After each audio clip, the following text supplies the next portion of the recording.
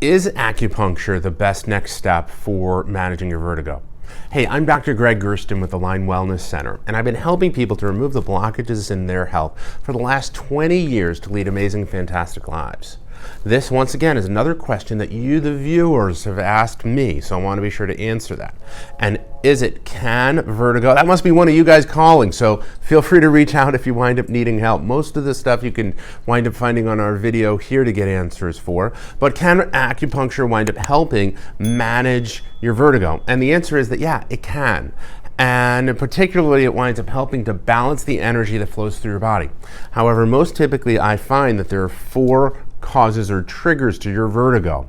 And what I'm going to do is send you to this video up here where I go through those 4 and tell you the best ways to wind up addressing them.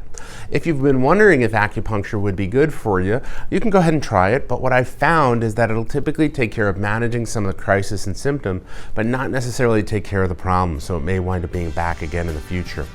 If you've got other questions, feel free to write them down below. I do my best to check those comments all the time to give you answers that you wind up needing. Once again, my name is Dr. Gregg Gerstin, and thank you for letting me be a part of your health.